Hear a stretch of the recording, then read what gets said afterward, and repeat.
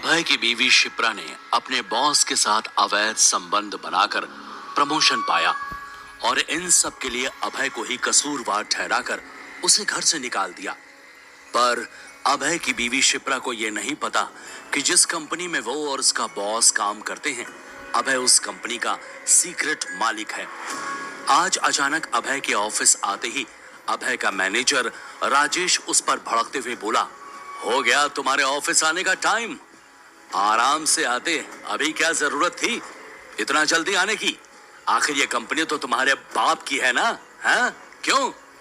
अभय पिछले 3 सालों से बेरोजगार था और घर जमाई बनकर अपने ससुराल वालों के टुकड़ों पर पल रहा था।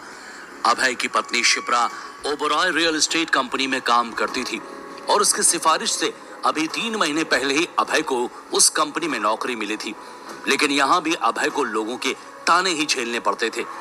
बॉस की डांट सुन अभय का चेहरा गुस्से से लाल हो गया तो उसे परेशान देख अभय का एक कलीग ताना मारते हुए बोला, अरे अभय, परेशान क्यों होता है? तेरी बीवी है ना तुझे बचाने के लिए। ये नौकरी भी उसी की सिफारिश से मिली है ना तुझे। वैसे भी तुझे कौन सा हमारी तरह मेहनत करनी पड़ती है, मुफ्त की रोटियां ही तो तोड़नी है भाई। तभी अभय का दूसरा कलीग भी उसका मजाक उड़ाते हुए बोला, हाँ भाई हाँ, लाइफ हो तो अभय की जैसी, घर जमाई बनकर मस्त ससुराल वालों के पैसों पर ऐश करो। अरे इसे नौकरी वोकरी की क्या जरूरत है, बीवी है ना इसकी, कमा कर खिलाने के लिए। सुना है इसकी बीवी ऑफिस केबिन में बॉस को खुश करती है। खुश करने का मतलब समझ रहे हो ना? और फिर सब हंसने लगते हैं।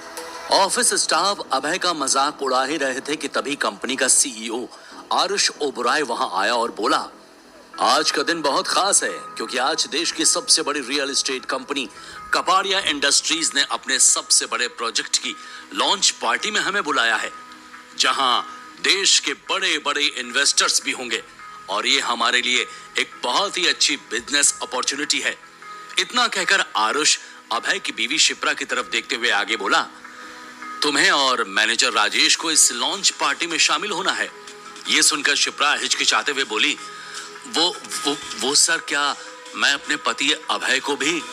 शिप्रा की बात काटते हुए तुरंत ही आरुष बोला, ओ प्लीज, अपने उस नाकारा और भोंदू पति को इस पार्टी में लाने के बारे में सोचना भी मत। उसे तो बात करने तक की तमीज नहीं है। पिछले 3 महीनों से एक फ्लैट तक नहीं बेच पाया है वो।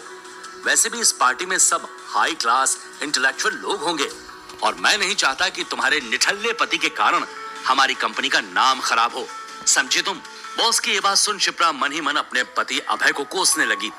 धीरे धीरे अभय का नाकारापन उन दोनों के रिश्तों के बीच दीवार बनने लगा था।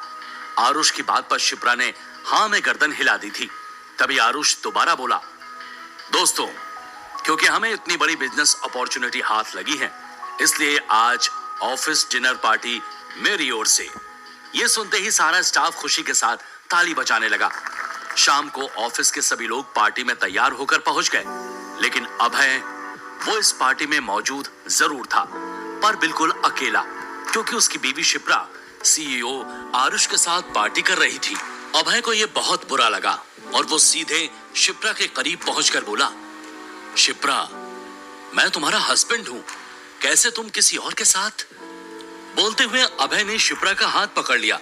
शिप्रा ने नफरत से अभय की तरफ देखते हुए कहा, हाँ, हो तुम मेरे हस्बैंड, लेकिन 1 नंबर के फटीचर हो, जबकि आरुष सर मुझे वो दे सकते हैं जिसकी मुझे ख्वाहिश है। कहते हुए शिप्रा ने अभय को धक्का देकर अपना हाथ छुड़ा लिया और अपने बॉस आरुष ओबरॉय के साथ डांस फ्लोर की तरफ बढ़ गई। उसके धक्के से अभय जमीन पर गिर पड़ा। तभी अभय का एक कलीग रोहित उसका मजाक उड़ाते हुए बोला, ओहो बेचारा अभय, कहने को तो शिप्रा का हस्बैंड है, लेकिन उसके आगे पीछे कुत्ता बनकर घूमता है। ले ले बेटा, ले ले, पिज्जा खा ले। और उसने एक पिज्जा स्लाइस अभय के सामने फेंक दिया। ये देखकर पार्टी में मौजूद लोग अभय पर हंसने लगे। फिर भी अभय उन्हें इग्नोर करते हुए उठा और डांस फ्लोर की तरफ बढ़ गया। तभी फिर से कोई बोला, भाई, किस्मत हो तो आरुष सर के जैसी। इतनी बड़ी कंपनी के सीईओ, ऊपर से हाथ लग गई ब्यूटी क्वीन शिप्रा। ये सुनते ही एक बार फिर पूरा माहौल हंसी से गूंज उठा। लोगों की यह हंसी अभय को तीर की तरह चुभ रही थी। इस पर शिप्रा और आरुष को इंटीमेट डांस करते देख अभय की आंखों में खून उतर आया था। वो तुरंत शिप्रा के पास जाकर बोला, शिप्रा, तुम मुझे ऐसे कैसे इग्नोर कर सकती हो? शिप्रा ने अभय की बात का कोई जवाब नहीं दिया और आरुष की आंखों में आंखें डालकर डांस करती रही। ये देखकर अभय का गुस्सा बढ़ गया और उसने शिप्रा का हाथ पकड़कर उसे खींचते हुए ऊंची आवाज में कहा, मैं तुम्हारा हस्बैंड हूं, सर्वेंट नहीं। सबके सामने इस तरह से अभय का चिल्लाना शिप्रा को पसंद नहीं आया। तब उसने वेटर की ट्रे से एक ग्लास वाइन उठाकर पूरी वाइन अभय के चेहरे पर दे मारी। सही कंपैरिजन किया है तुमने खुद का सर्वेंट के साथ, क्योंकि इससे ज्यादा की औकात है भी नहीं तुम्हारी। वाइन की छींटों से अभय के कपड़े भीग चुके थे और शिप्रा की कड़वी बातों से उसकी आंखें। अब उसके लिए पार्टी में रुकना पॉसिबल नहीं था। अभय वहां से निकलकर सीधे घर पहुंच गया। तभी अचानक ही शिप्रा की मां मिसेस खन्ना ने अभय का रास्ता रोका और उसे एक फाइल देकर बोली, चलो साइन करो इन पेपर्स पर। अभय ने हैरानी से कहा, डिवोर्स पेपर्स? मिसेस खन्ना ने अभय की आंखों में आंखें डालकर कहा, हाँ, डिवोर्स पेपर्स। कब तक हमारे टुकड़ों पर पलोगे? मेरी बेटी को डिवोर्स दो और दफा हो जाओ यहां से। इस पर अभय ने उन पेपर्स को देखते हुए कहा, आप क्या चाहती हैं? मुझे उससे मतलब नहीं है। शिप्रा क्या चाहती है, मुझे सिर्फ उससे मतलब है। उसने ये कहा ही था कि तभी पीछे से शिप्रा भी वहां आ गई। जैसे ही मिसेस खन्ना ने शिप्रा को देखा, शिप्रा ने अभय को घूरते हुए तीखी आवाज में कहा, मैं इस बेशर्म आदमी से कोई बात नहीं करना चाहती। आखिर कब तक स्टार्टअप ना चलने का बहाना करके ये अपने निकम्मेपन को छुपाता रहेगा? मुझे इससे कोई मतलब नहीं है। ये बोलकर शिप्रा अपने कमरे में चली गई।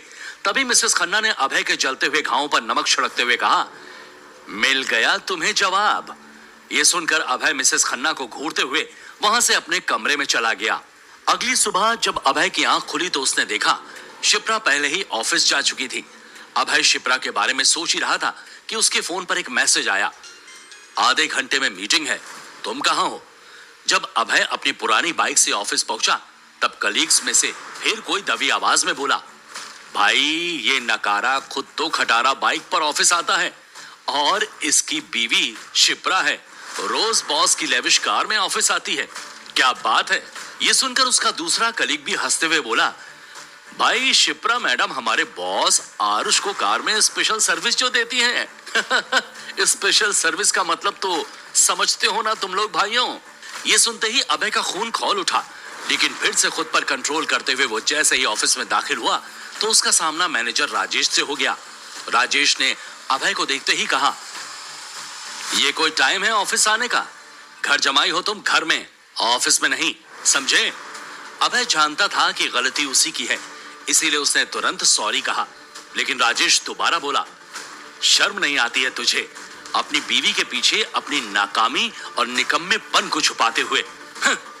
राजेश की बात सुनकर अब अभय को गुस्सा आ चुका था और उसने कहा, क्या निकम्मापन किया है मैंने? हाँ?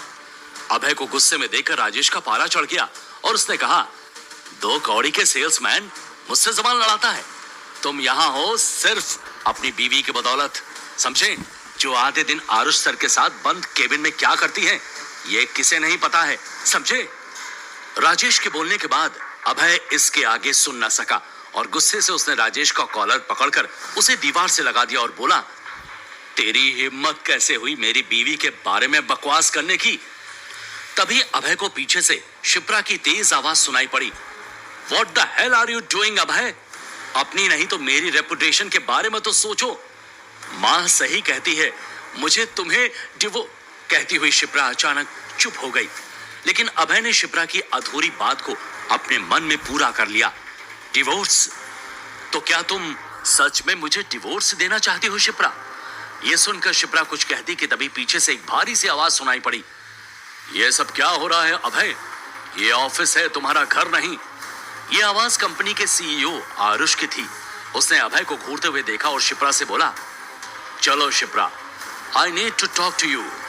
लेकिन तभी अभय ने शिप्रा का हाथ पकड़कर कहा, शिप्रा कहीं नहीं जाएगी। Shipra, we need to talk. अब आरुष को तेज गुस्सा आ गया, पर वो कुछ कहता उससे पहले ही शिप्रा ने अभय का हाथ झटक कर कहा, ये तुम बार बार मेरा हाथ क्यों पकड़ लेते हो? चिढ़ होने लगी है मुझे तुमसे। ये कहकर शिप्रा आरुष के साथ उसके केबिन में चली गई। केबिन का दरवाजा बंद होते ही आरुष ने शिप्रा से कहा, तुम उस निकम्मे अभय को छोड़ क्यों नहीं देती? शिप्रा ने सर झुकाया और चुपचाप आरुष के लिए कॉफी बनाने लगी। तभी आरुष ने उसका हाथ पकड़ा और कहा, चाहो तो मेरा हाथ थाम लो, एंड आई एम श्योर तुम्हारी मां को मुझसे कोई प्रॉब्लम नहीं होगी। लेकिन शिप्रा ने यहां पर कोई जवाब नहीं दिया। तब आरुष बोला, खैर छोड़ो, तुम्हें याद है आज शाम तुम्हें मेरे साथ कपाड़ियास के प्रोजेक्ट लॉन्च में चलना है? बी रेडी, मैं तुम्हें पिक कर लूंगा। जल्द ही शाम हो गई। शिप्रा शाम को पार्टी में जाने के लिए निकल ही रही थी कि अभय ने हिम्मत करके शिप्रा से कहा, मत जाओ इस पार्टी में, उस आरुष के साथ तो हरगिज नहीं। अभय की बात सुनकर शिप्रा ने गुस्से से कहा, ना जाऊं तो क्या करूं? तुम बताओ अभय, क्या तुम मेरे हस्बैंड बनने के लायक हो? घर मेरा, नौकरी मेरी लगाई हुई, क्या औकात है तुम्हारी मेरे बिना? चले हो मुझे रोकने? इतना कहकर शिप्रा तेजी से वहां से निकल गई। मायूसी से अभय चुपचाप शिप्रा को जाते हुए देख ही रहा था कि तभी उसका फोन बज उठा और जो कुछ उसने सुना उसे सुनकर अभय का मुंह खुला का खुला रह गया। दूसरी तरफ जब शिप्रा और आरुष पार्टी में पहुंचे तो बाहर रेड कारपेट लगा हुआ था।